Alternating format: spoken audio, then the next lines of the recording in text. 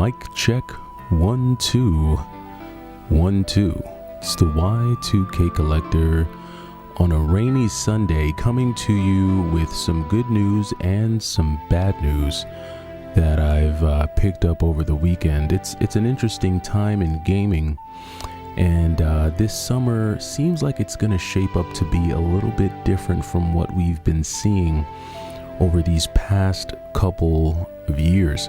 Now, I know that there's usually this notion that around the summertime or getting into the spring and summer, game hunters, game collectors, and yes, even resellers, they all seem to find more luck around this time of year. It seems like there are more yard sales, there are more flea markets, and people are just a little bit more eager to get rid of some of that old stuff. And we all know that old stuff is that good stuff. The older the better in some cases, especially when it comes to video games and retro gaming. And so in the past few years, we would see where the springtime was a gold mine for many of us. We'd go to a yard sale and we'd see people selling their old N64s, their old Game Boy Advance systems, their older PlayStation 1 and PlayStation 2 systems. We'd see this type of selling activity, but we're not seeing that now. I think what we're seeing more of is the Xbox 360, the PlayStation 3, and even PlayStation 4 and Switch. That seems to be more prevalent when you go out and you start looking for games in your local area.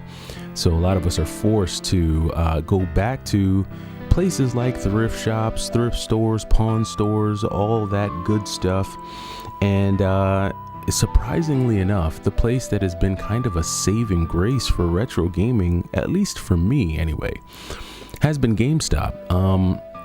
I've had more luck finding retro games at GameStop, both online and in person, than I have almost anywhere else. There was a time where I would be able to go to my local thrift store and find a Nintendo DS for $30. I'd be able to find a PlayStation 2 for $30. Heck, I'd be able to go in there and buy a GameCube for $25. I could pick up a copy of Pikmin for $6.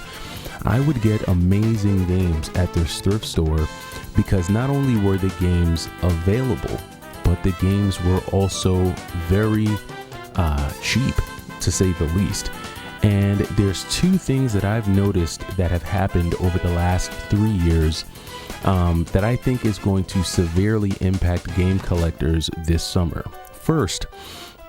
The first thing is that inventory, right? So inventory has been getting lower and lower and lower. Of course, part of that is due to competition. So the awareness around gaming is at an all-time high. The value has been broadcasted almost endlessly, so everyone knows that there's value in retro video games now, even the old lady at the yard sale. And then the other change is the pricing, right?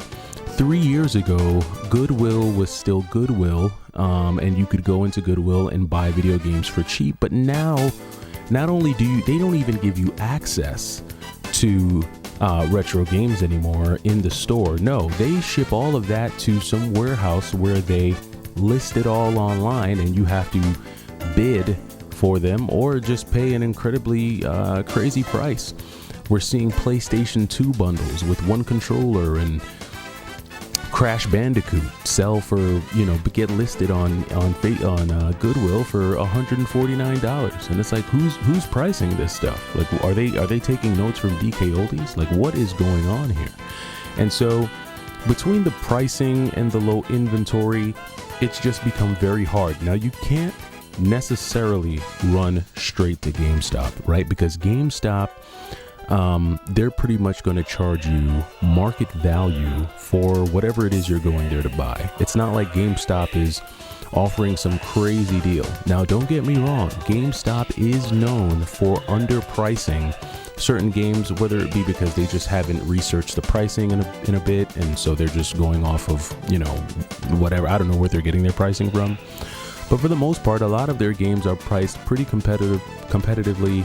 They're all priced at right around market value, so you're not going to really be able to get any deals, so to speak. Now, where GameStop does come in, though, is when they do happen to have their sales. So GameStop has two promotions that they run a few times a year that I think is the ideal time to go and snag some of their retro inventory. So the first is going to be a deal that we saw about 2 weeks ago, where they were having a buy two get one free. Was it buy two get one? Yeah, it was a buy two get one free sale at GameStop. Now, of course, the third game that you get free has to be the cheapest game in the bundle. And I think at first people weren't really thinking about that. I think they were just buying up a bunch of games, and then they were just, whatever the cheapest game was that was coming in free, they were taking it. But I think people started to get a little bit more hip to the game, especially resellers, and they started making their purchases in a way that really maximized the deal. So instead of buying, a $100 game, a $50 game, and a $5 game, they would buy three $20 games, or three $50 games, or three $30 games to maximize the value. And, so one of the things that I started complaining about even on my channel was I felt like GameStop caught wind of that, and they started to manipulate some of the games that they just started to manipulate availability pretty much. If they had good games that they knew people wanted, 1 minute they'd be available, the next minute you'd have to verify your address. Then it's like as soon as the sale ends, it was available for you to add it back into your cart. There was just so much madness going on with that it kind of made the buy two get one sale a little frustrating for some folks. And then they just had another sale this past week, which I got to take advantage of. I took advantage of both sales, but this week they had their 4 for under 20 for 40, and 4 under 10 for 20. So if you bought 4 games that were worth $19.99 each, you would be able to get all of those games for $40.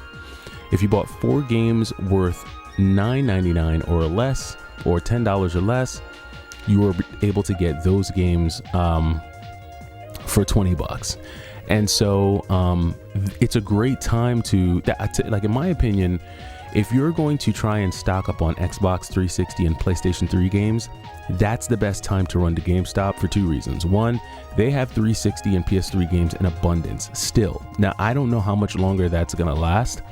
I would have to assume that you're probably going to see the Xbox 360 and PS3 inventory really dwindle over the next couple of years.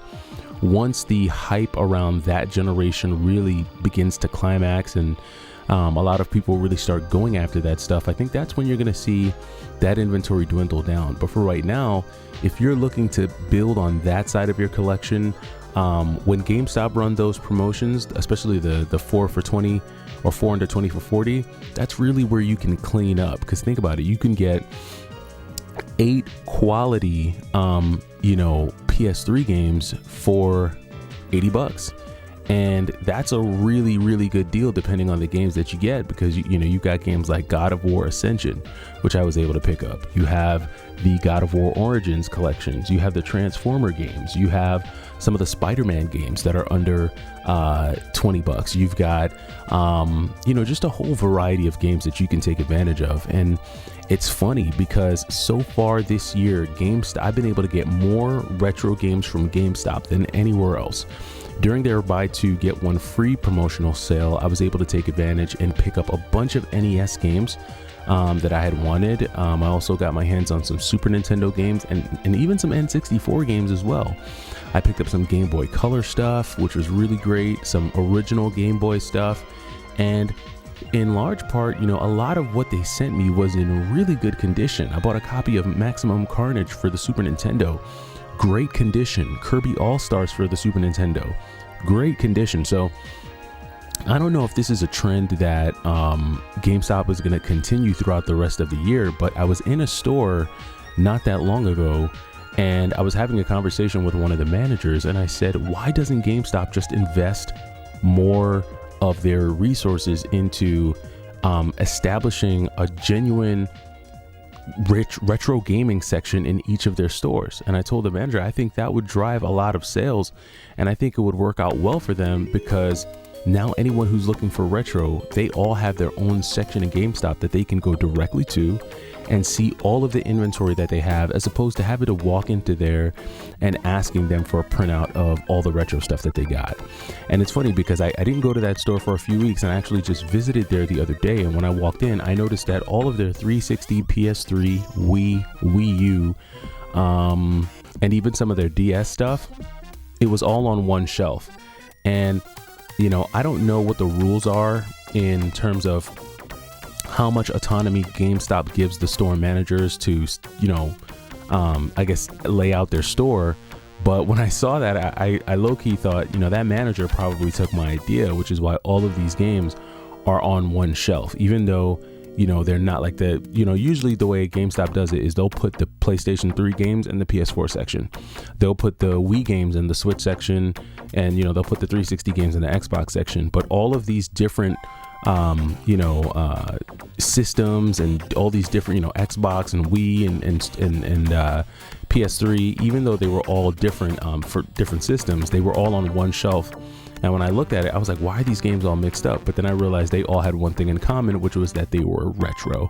So, you know, hopefully this is something that GameStop adopts across their stores nationwide. I think it would really be good, especially for the stores that have that older inventory, like the Nintendo stuff, the Super Nintendo stuff, the N64 stuff, the Game Boy Advance stuff. I think it would be, how awesome would it be to be able to walk into a GameStop and just see that stuff ready and available for you to purchase if it's something that you're wanting to add to your collection. So I think it's really cool. On top of that, I've been watching a number of different YouTube videos just to see if there's anyone else out there you know, making any amazing purchases, picking up any bangers, so to speak. And from what I'm seeing, I haven't really seen anyone make any amazing or crazy finds. And again, I think it goes back down to those two things: availability and pricing. You know, a lot of times once you actually find some of those better games in the wild, they're just priced so ridiculously high, it doesn't make sense for you to purchase it. So like I said, it's an interesting time for retro collecting and for video game collecting in general. As for me, I did have some luck coming into this first week of May, and even coming out of April. April was a smash hit of a month. Just some amazing finds. I really took advantage of GameStop's promotional deal, and I would have to say that I got maybe about $800 to $1,000 worth of games for roughly around $500. Not bad. Some of these things I probably will sell to kind of recoup some of the funds that were spent. And a lot of that was spent was really stuff that had been set aside for my Super Nintendo collection challenge. So all in all, a really good first couple weeks, or first week in May and last week in April. And I think we're gonna have to get a little bit more strategic this summer with how we go about picking up our games. But all that being said, it's been a very smooth week for me here. I've been relaxing. Today I am jamming out to some Mars Matrix. I've also been playing some Marvel vs. Capcom. It's been a Dreamcast weekend for me over here. Been feeling a little bit more of the Sega mode, just trying to kick back, relax, and get ready for yet another work week. I've been reading your comments each morning, so if you do leave comments down below any of my videos during the week, each morning I try to recap on some of the comments that I got over the last 24 hours, and I really appreciate everything that you all have been saying, all the comments that you've been dropping in there, all the feedback that you've been giving to some of the topics on the channel. I know some of them are a little bit off the cuff and probably not what you're used to seeing from a gaming channel, but try to expand our horizons over here and do something a little different, and just try to keep it interesting. So again, I appreciate everyone who tunes in, who leaves their comments. Not a whole lot more to really share other than it is an interesting time to collect.